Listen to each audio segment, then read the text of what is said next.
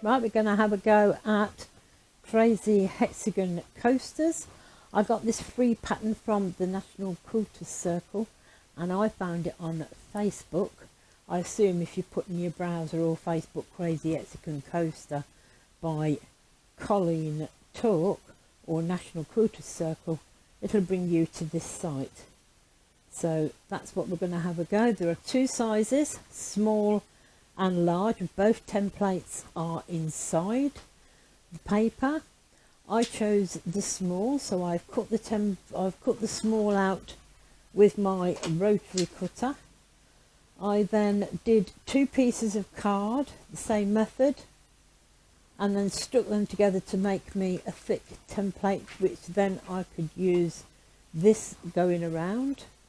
And then I cut, just show you here, 4 pieces of quilter's cotton. I got this from Hobbycraft a while back, fat quarters, so they all go together. So we want 1 hole and 3 of them ironed that way, not another way, this way. I don't know if you've heard of this stuff. It's what we put on trays to stop any slipping of plates and things. It's also washable, sewable and heat resistant. So I've done the same template and then cut 1/2 inch off, because what I should do when we finish is put this inside. That way then the heat can't get through the cotton to get onto your table. But coasters are designed to protect your furniture. So, or you can just use cotton batting. It won't stop water and everything going through and being soaked in. Well, this is more water resistant. It'll probably stop any fluid going through onto your table. So I thought I'd give this a go. So that's 4 pieces of material, 3 sewn in half and 1, I don't know what you call it, I haven't a clue. At the end it's got May wash and clean. Other than that, I don't know what it's called. Once you've got this far and all your bits are ready, if you're using a batting that you're going to be sewing in, then that goes down first and then you put everything on top. We're putting it in after. So you start with your piece that you're not using face up. Then what we'll do is just put that there a moment. We'll get these ready in order. So your folded edges go towards the middle, so we'll put one down there as if we're laying it on top of that lot, but we're not. We're going to do it here. Then we're going to take a corner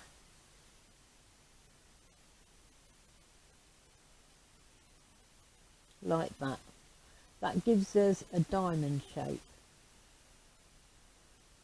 Then we're going to put the fold on the inside again and put this like this, and if we lift this up and put that down, we now have 3 diamond shapes.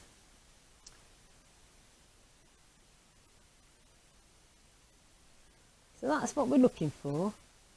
This one fold up. If this is our right side, then what we do is grab all this and put it right sides together. There we go. So now you know which side, what it's going to look like. Then put it straight again. You know how to put it because it's basically there. Just put it straight with the bottom hexagon. Turning it. So if you're using a fabric that's got a picture on, you now know that the picture is going to turn out the right way that you want to use. So whatever pattern you want to use must go right sides together. And when you turn it out, it's going to be facing the right way.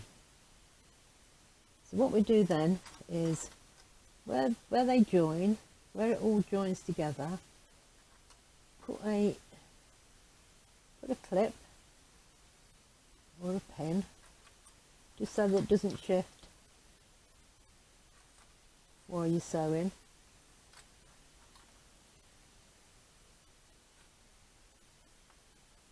Try and get all your points in this together.